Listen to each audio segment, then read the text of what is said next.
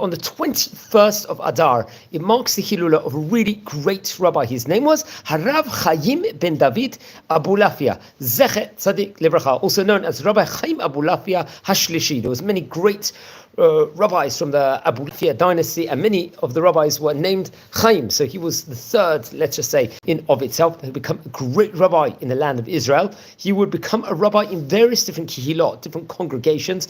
Were Israel part of the Ottoman Empire during the 18th century in of itself? Let's explore a few of the highlights of the great rabbi's life. Now, I believe it was reported over that I believe he was born in the English year 1700, right at the start of the 18th century. He was born in, and he came from great rabbinic auspices. His father's name, I believe, was Rabbi David Abulafia, another great rabbi we've spoken about on various occasions before. I think his grandfather happened to be Rabbi Yisachar Abulafia. So rabbinic dynasty of the Abulafia family was absolutely phenomenal, and we've spoken about that on many occasions before. I would actually recommend, just before I continue this, for everyone to look back at the previous videos we've spoken about on various occasions before of the great Abulafia family. We've maybe covered about 5 or 6 rabbis already. Okay, so that be it as it may, he would actually learn Torah in a yeshiva in Tiberias while he was young, and was a star student of the famous former Rishon LeZion, Rabbi Yitzchak HaKohen Rappaport.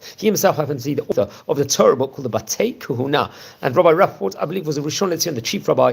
He was the only Ashkenazi chief rabbi, I think, during that time period, for the 200-year threshold period of that specific era in of itself. And he would then later on, his brilliance within regards to Torah learning and Torah study would earn him to become a dayan, to become a judge in Tzfat, Tzfat being one of the 4 holy cities of the land of Israel. And then he would later on be, I believe, offered a position to become the rabbi of the city of Larissa in Yavan, in Greece. Naturally, remember, Greece in its day, especially during the 1600s, 1700s, had a really great Torah community. I believe in the remaining years of his life, he would become a rabbi in Izmir until he would pass away in Adar, in the Hebrew year, Hey Taf Kuf Lamed Hey. That would naturally was 1775. We're talking about 250 years ago. He would remember Izmir at that point in time. Turkey was like a center inside the entire world of Torah study and Torah flourishing. Let's explore a few of the great books that he actually left us with, including a Sheilot and Shuvot book on various Chidushim and Drushim, which was a Perush on the Haggadah of Pesach. Passover, naturally on the night of Passover, 15th of Nisan, we recite over an entire liturgy of happenings of the Yetziat Mitzrayim, so the Exodus of Egypt. He would write it, and I think inside the book called Ashtat HaPiska, which was actually from his student, Rabbi Yosef Nachmoli. I think it would be printed in Saloniki in Greece in the year Hey Tav Kuf Nun Sofit. Then another book which we'll speak about, the Nishmat Chayim. This happened to be a Sheilot and Shuvah book on various different drushim, which was printed once again in Saloniki, and I believe it would actually be printed after he passed away. I think the Nishmat Chaim was in the year 1806. It contained of 358 pages. It was a brilliant book, which we've spoken about before, and I think it was a book, if I'm not mistaken, on based on the Smag, on a Sefer Mitzvot Gadol, if I'm not mistaken, also. But I would recommend everyone to learn about that. Okay, it was, I think this book, the Nishmat Chayim, I don't know if part of it or the manuscript was burned during it was a very large fire in Izmir in 1772 before he passed away. So, this was the SMAG actually naturally stands for, as we said before, Sefer Mitzvot Gadol. That's his acronym for that name. Then apparently there was a Perush, a great Perush, let's just say.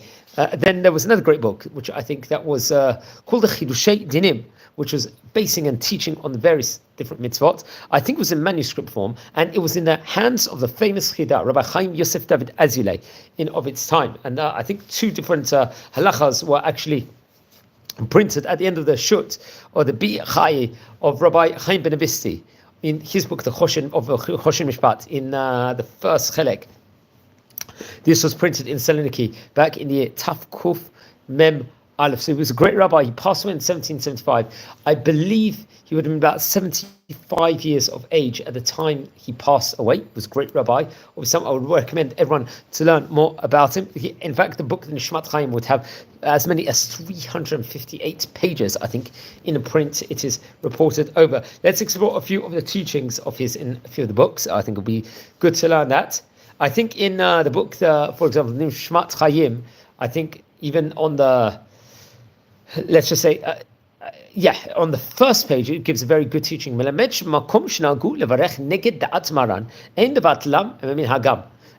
nice teaching we can see in the Nishmat Chaim. I think on the 70th page, says, Melamed shekol tzarach mitzvah shkablu avot chayavim abanim achareihem.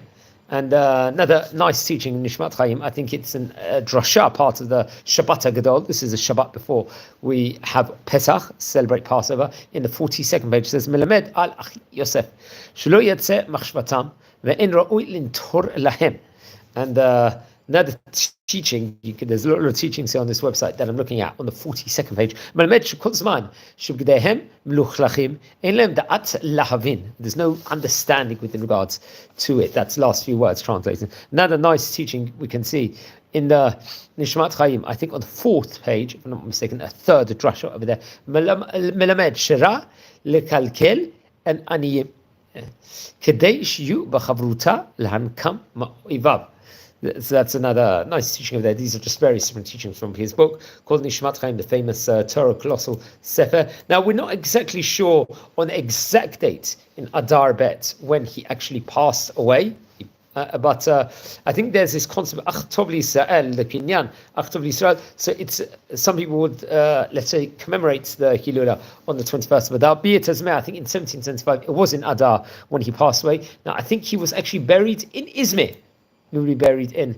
Remember, that was part of the Ottoman Empire of its day. And so he would be buried in the city over there. And don't forget to light candles in his memory. We're community friends. We're learning about the great rabbis of yesteryear. We've already covered about 6 or 7 rabbis from the famous Abulafia dynasty. We've covered more than 800 rabbis' biographies already, maybe about even 100 from Turkey, as many as that. If you happen to be related to any of the great rabbis, please send me a comment or an email. I would love to hear more.